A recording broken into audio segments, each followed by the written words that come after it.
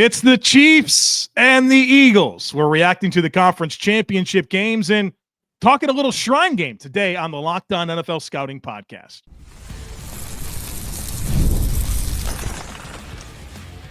You are Locked On NFL Scouting with the Draft Dudes, your daily podcast for NFL and college football scouting. Part of the Locked On Podcast Network, your team every day.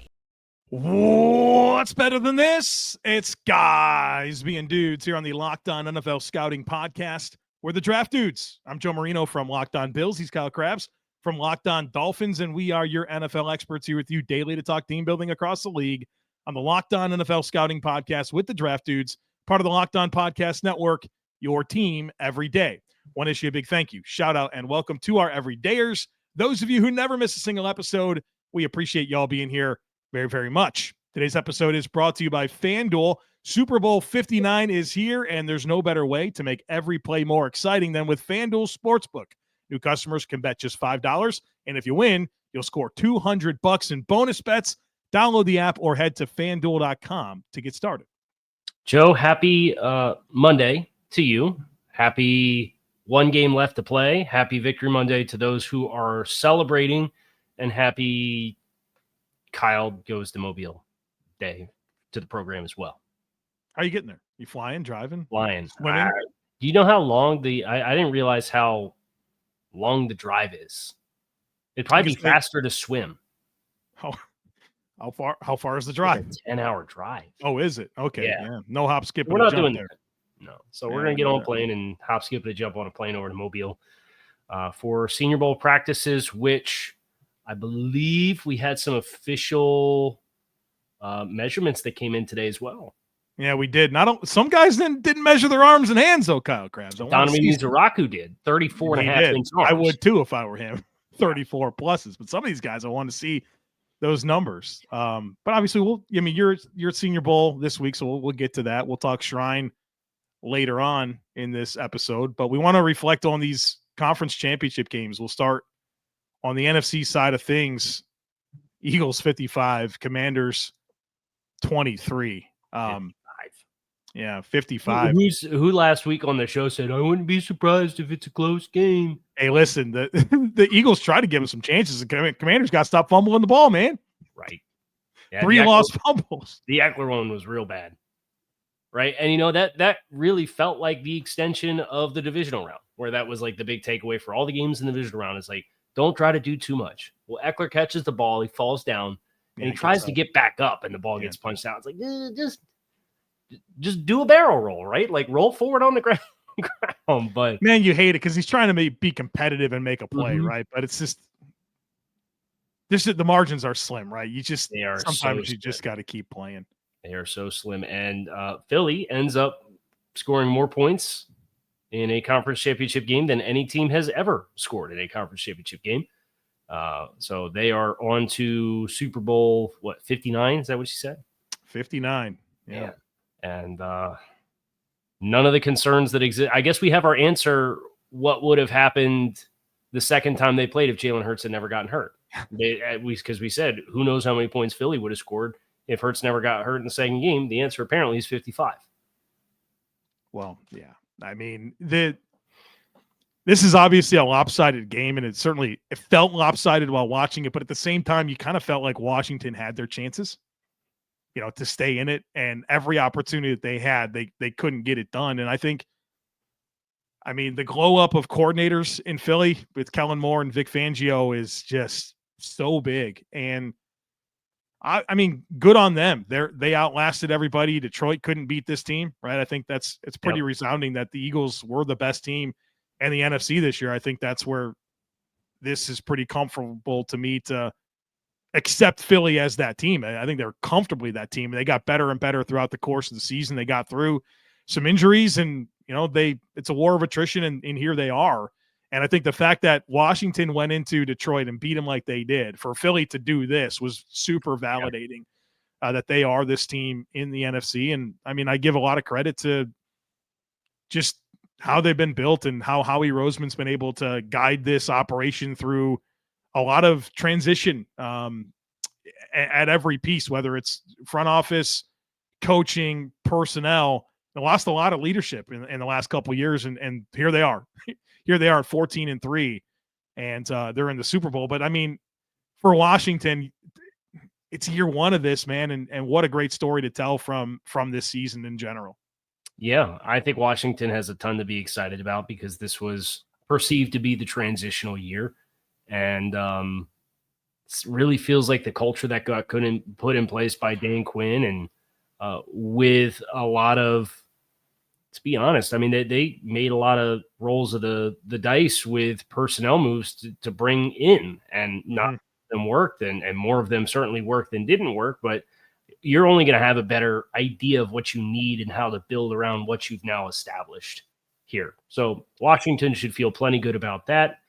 Yeah, Philadelphia, their ability to consistently run the ball, I think, and not just the quarterback run game and not just explosive play heavy, although they certainly survived the divisional round against the Rams by being explosive play reliant on the ground, but it's the number of ways in which they can beat you, and they can possess the ball and play a tempoed style offense, and they have elite defense at their disposal. It's a combination that usually plays well in January and February.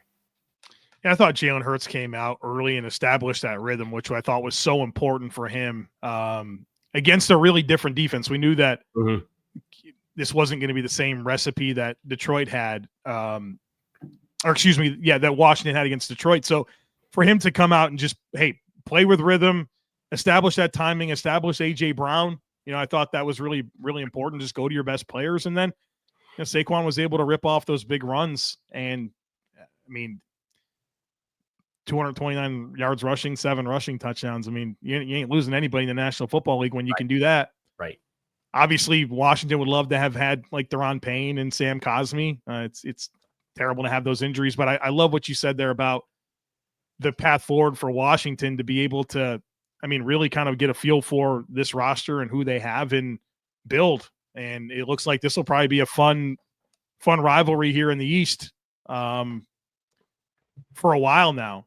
And obviously, we'll get to the Super Bowl when we get to the Super Bowl. I think it's a really unique matchup for this Eagles offense, but I think they know their recipe, and that Saquon Barkley move's looking like one heck of a good decision for Howie Roseman and company. Yeah, knocked it out of the park.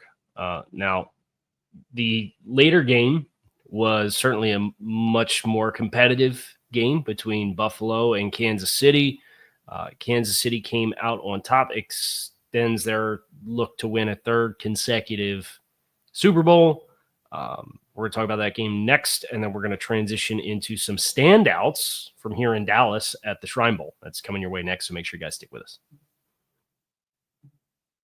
As a small business owner, your work doesn't end when the clock hits 5. Your business is always on your mind, which means when it's time to hire, you need a partner that works just as hard as you do. That's where LinkedIn Jobs comes in. When you clock out, LinkedIn clocks in.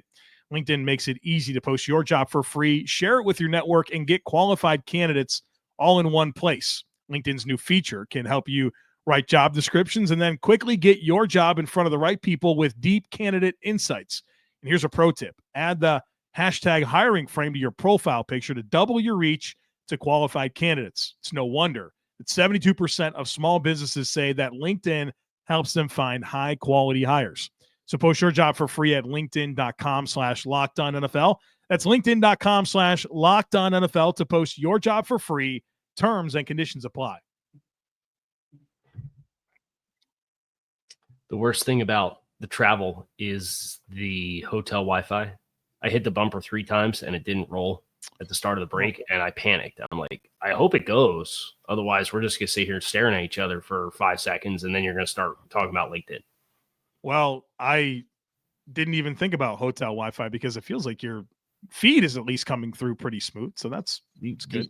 The first thing we talked about was my new home office layout. You're not a fan. Yeah, I think you downgraded. You've done so much to make it nice, man, but the lighting and everything. It's just not your best, dude. Not your best. Got to go back to the drawing board. Well, I feel like both teams gave it their best with the later game between Kansas City and Buffalo. What was it? 32-29 final score in this game. And Kansas City kind of is opportunistic early, where Buffalo gets the ball, Kansas City goes 90 plays down the field, has success running the ball. Then you get towards the middle eight in the first half, the end of the first half, and it looked like it was going to get really shaky for Buffalo. But they have the clutch Mac Hollins catch to make that a one-score game. The decision to take the extra point, was that something that, in the post-game aftermath, was that something that was looked at from what you had seen? Because obviously you have such a strong pulse on where the fan base was after the game. Yeah, I think so. I think mostly people are talking about Dalton Kincaid not being able to catch the ball at the end, but yeah, I think it's a good call out. It's something that I'm interested in because both teams scored 4 touchdowns and kicked 1 field goal. Mm-hmm. The Bills missed 2 2-point conversions. The Chiefs got 1 and made the other extra point, and the Bills lose by 3. So you have the same amount of scores. It's the post-touchdown plays that really kind of made this a 3-point deficit. But I think where the mistake was made for Buffalo, and I at the time I disagreed with the decision because it's a full yard. Those tush pushes. When it's that full yard, it's kind of too far. Bills went 2 for 5 on them in that game after going 20 for 21 throughout the season. So I thought because it was a full yard that wasn't the right play. If you want to run a different play, okay, sure, go down, swing, and do something. But yeah, I don't think the tush push from a full yard was the right plan, and I think that made the math goofy the rest of the game. So then Buffalo comes out and they do kind of control the pace of play in the third quarter, end up coming back, taking a lead. And then the blows just started getting traded, and Kansas City with Pat does that annoying thing that they always do, which is they made the play that needed to be made at the end of the game. Yeah, I think that's what it comes down to. They made the play, the Bills didn't. And the Bills, despite kind of falling, they found a 21-10 hole. And I mean, they were an unforced Patrick Mahomes fumble away from being down like even bigger. That was a fortunate play for Buffalo while they were driving. Gave them some momentum. Obviously, like you mentioned, the Mac Hollins touchdown before the half changed the dynamics. It was 21-10. They get it to 21-16. And I felt fortunate as a Bills fan to only be down 21-16 at halftime. And then you come out in the third quarter and you give yourself a chance. You force 2 punts. That's incredible. The Bills don't force a lot of punts. It's kind of their problem. They either give up touchdowns or they give up scores or they take the ball away. So punts are cool. But then there's a very controversial 4th and 1 spot. I mean, I see it one way. I know that the officials see it a different way that I thought changed it. I mean, the Bills are up 1. They go for a 4th and 1 with 13 minutes left in the fourth quarter. And instead of extending the lead, the ball goes back to Kansas City and Kansas City takes the lead. I mean, it was a massive swing in the play and swing in the game. So, I mean, I certainly saw that spot differently than what the referees did. So I didn't have a problem with them not changing on the review, just based on, I didn't think you had a clear simultaneous shot of exactly where the ball was down to the ground. Right. Mm-hmm. But I was surprised that when the line judge at the bottom came up, that he overviewed the one that was coming down that was on the north side of the yard to gain marker. Right. The one that could see it. That also had the vision of the ball. Because Josh was turned his way, so he knew where that, because that was a problem with some of the camera shots, right? Is it's like either I see the tip of the ball and I try to draw the line straight down and you can project, but there's a whole bunch of bodies and that snapshot of forward progress is very short versus on the back end of it, you just see the numbers and the sea of bodies. And it's very clear that Josh's half of his helmet and his shoulder pad gets over the line from the near side where you can actually see the yard line, but to be able to draw through his body to see the ball. So can one guy that could was the line job that was the ref that they didn't go with his spot. They went with the other guy's spot. Can we chip the ball? Like we're far enough. Right? Sure. But it's going to be another example of, something didn't go the Bills' way. And so now a rule has to be changed. But yeah, I mean, come on, it's 2024. There's better ways to do this. It's 2025. Whatever year it is, 2025. And if regardless of what team it has to come from, if it's for the betterment of the game, and these examples exist. If I could go out and PennDOT's got 2 sticks and they're grading and leveling from 100 yards apart with a little laser, we can figure out how to have yard markers on the sidelines that run across the field and a chip on the nose, each nose of the ball. I happen to be friends with a NASCAR car chief, and he took me through a tour of like their shop. The technology that they have to like make sure that the screws are like absolutely like within just the most ridiculous margin of error that you've ever heard. Put a chip in the ball, put a line across the field. Let's get this stuff right. I mean, that's all anybody really wants. But did they try that? I don't know. In the preseason, right? They did something with the yard markers, and if I remember, there was a pylon cam or something. I don't. Yeah, we don't have it in the games right now. So we should change that. I mean, obviously, through it all, the Bills had their chances to win the game. And, I mean, Dalton Kincaid couldn't make that catch. Certainly a conversation to be had if Khalil Shakir was the correct read on the orbit return motion, to which I'd say both things can be true. I also think that's a lot of faith in that moment to put in Khalil Shakir to make the people miss that he probably would have had to make miss when the throw is that far beyond. So I understand, like, in theory, if you're hot, the orbit can be the proper read. But it was also zone. But it was zone, and it happened so fast in zone that you're probably throwing the ball backwards to give it to Shakir, as compared to that was it cover 3? Because it looked like somebody plastered down, and then Dalton's running the through route in the middle, and he had a whole quadrant of the field to work with and had an opportunity to make the play. Gave him a chance. Is there heat on Brandon Beane at all from Benford goes down and Kaiir Elam as a first-round pick comes in and struggles and gets picked on, and Dalton can get, like, I'm not saying that Brandon Beane's going to get fired, but, like, what's the temperature for the job that he's done when coming out of a game like this? There are some high-profile picks that were early picks that certainly I don't think have lived up to the expectation of when they were drafted thus far in their careers. Yeah, I think that's a consequence of this game, is that those players, they traded up in 2022, they traded up in 2023 for Elam and Kincaid, and in the biggest moment, they didn't not necessarily make enough impact. They made the wrong impact. Yeah.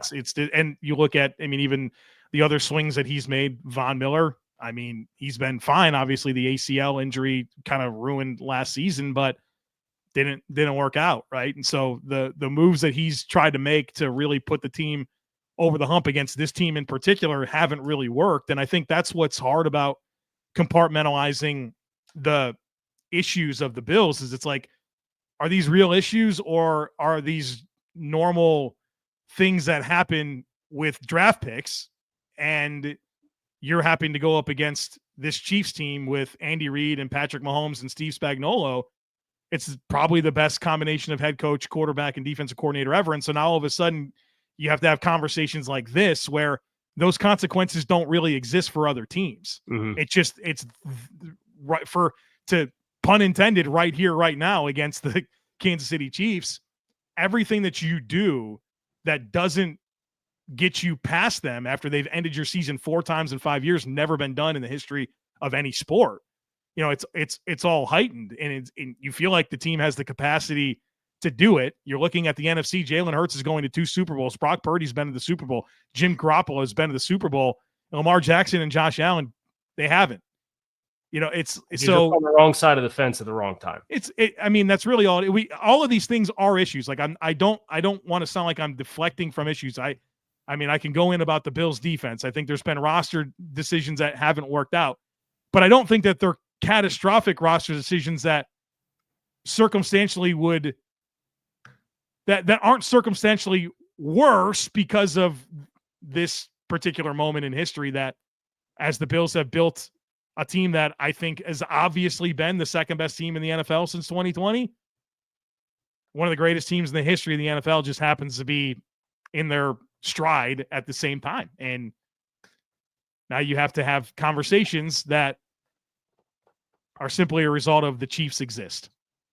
Well, Philadelphia, Kansas City moving on, Washington and Buffalo, and 28 other teams can now shift their attention to some of the pre-draft all-star circuit. Yeah. And there were some standout players over the course of the last couple of days of practice. There's practice again today that is getting ready to start shortly in Dallas for the Shrine. I have a couple of names that I wanted to shout out here on the show as far as standing out in the right kinds of ways in an all-star event. We're going to get into that next. Make sure you guys stick with us. Super Bowl 59 is here. One game, two teams, endless possibilities, and there's no better way to make every play more exciting than with FanDuel Sportsbook. Whether it's predicting the first touchdown, calling the MVP, or even betting on the coin toss, FanDuel makes it easy to get in on the action. With live betting all game long, you can adjust your bets as the game unfolds and feel the thrill from kickoff to the final whistle. The live betting feature lets you stay involved no matter what happens on the field, and the app is super easy to navigate. Plus, knowing that you can place a $5 bet and potentially win $200 in bonus bets for the Super Bowl, that's the icing on the cake. Download the app or head to FanDuel.com to get started. Bet just $5, and if you win, you'll score $200 in bonus bets. That's FanDuel.com. Bet with FanDuel, official sports betting partner of Super Bowl 59.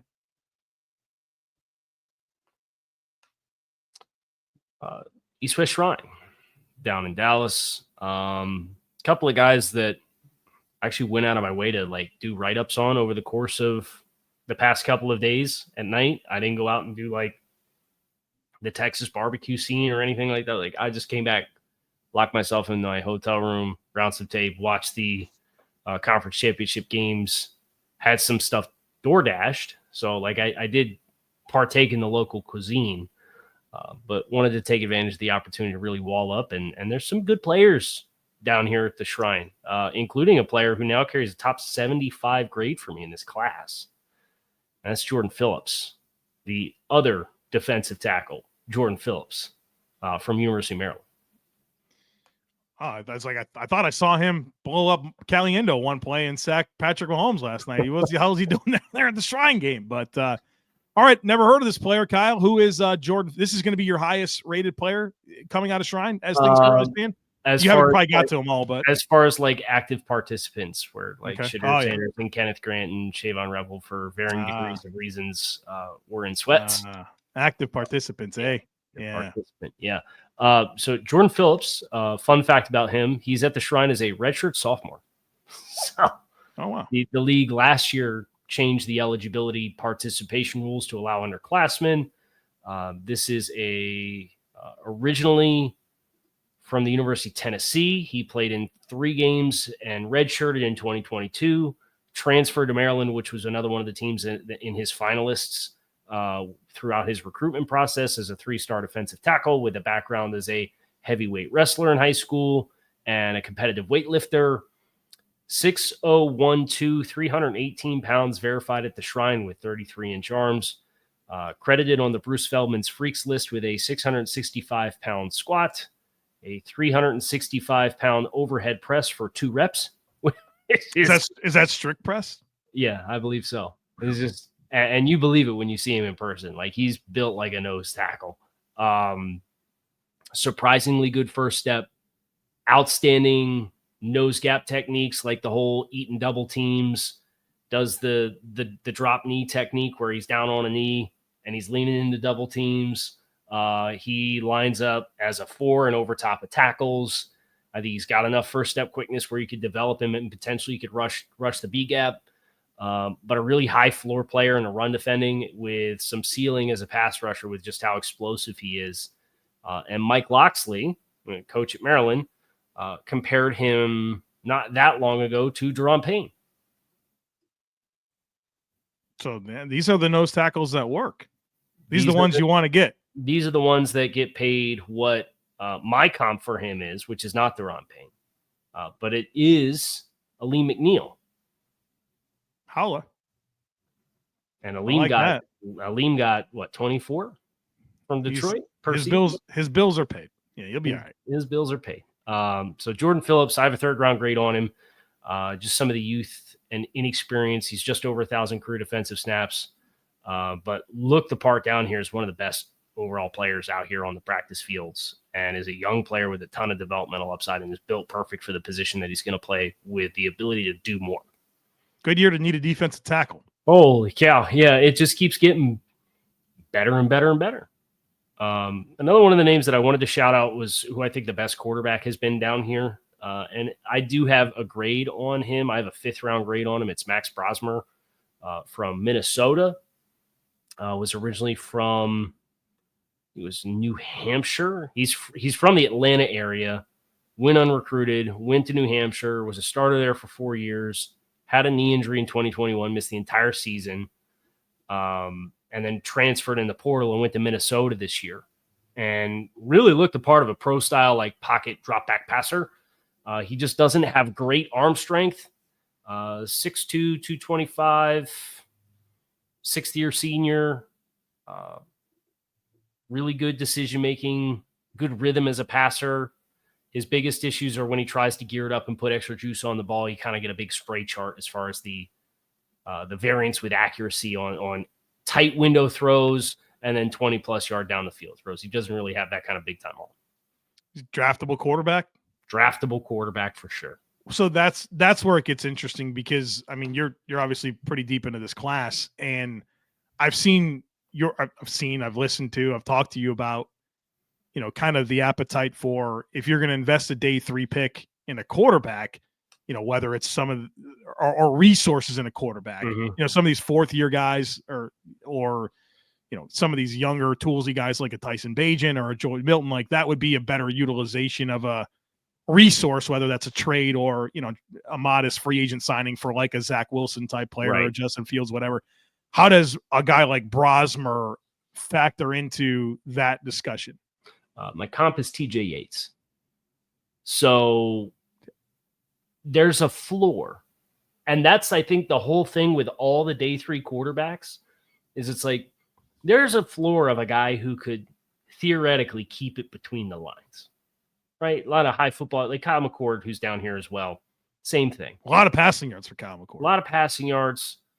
Throwing to Orondegas and Jr., who's down here and was super pumped up that he weighed 247 pounds at his weigh-in. Oh, that, yeah, that's good. It's a very healthy number for him. He's throwing to Jackson Meeks, who's down here as a 219-pound big physical wide receiver. And obviously came from Ohio State, where he's thrown to better players than that, if we're being honest. But it's the tools discussion. Can you be more than just a guy that we want to develop and have on and be as our backup quarterback and is going to be capable to turn around and hand the ball off and run basic drop back passing concepts and can win within the structure of plays, but isn't necessarily going to challenge the entire area of the field. And that's for the McCords of the world, the Brosmers of the world, the Cam Millers who's down here, some of the guys at the Senior Bowl. Like, I don't know that the answer to that is yes. Like, I don't think you can be more than that.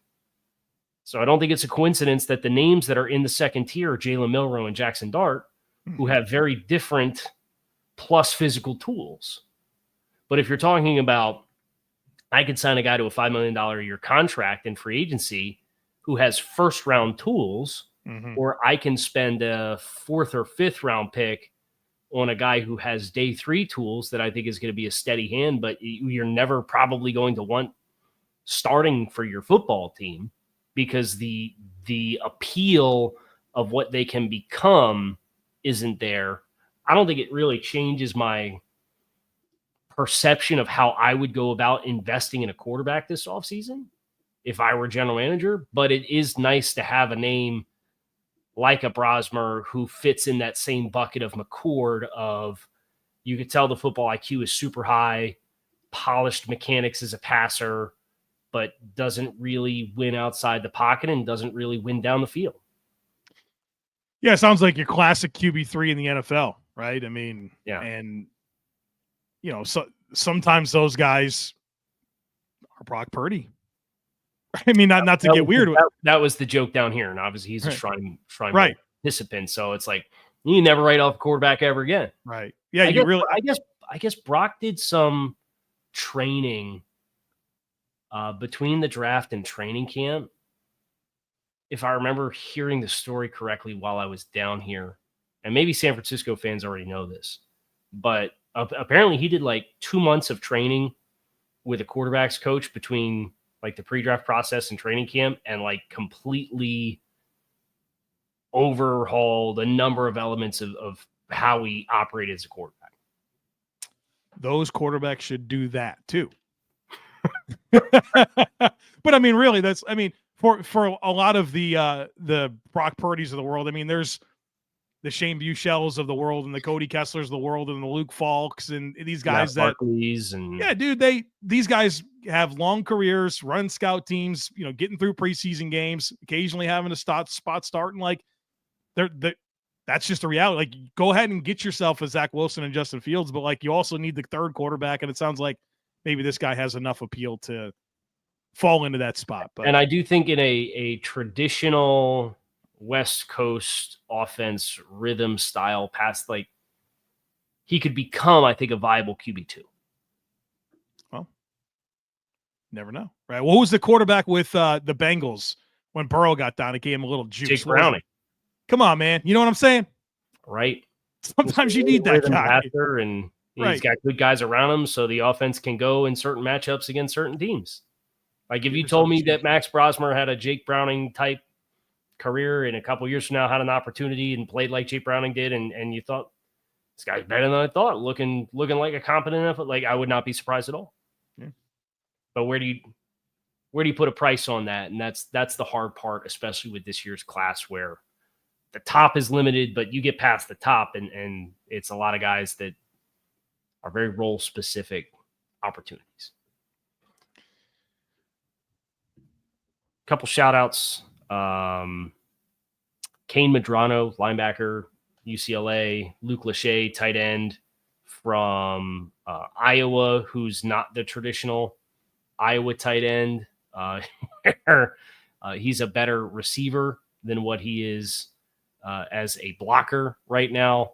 Noel Williams, corner, Cal, Kobe Bryant, corner, Kansas, all 171 pounds of them. Some nice combative guys down here in a number of different spots. And they're going to continue to have another couple days to try to put the final exclamation point on. And we'll review that tape as we get it. But I'm on a plane today. So it's going to do it for us here. Locked On NFL Scouting, Kyle Crabbs, Joe Marino. We appreciate you guys as always for checking out the show.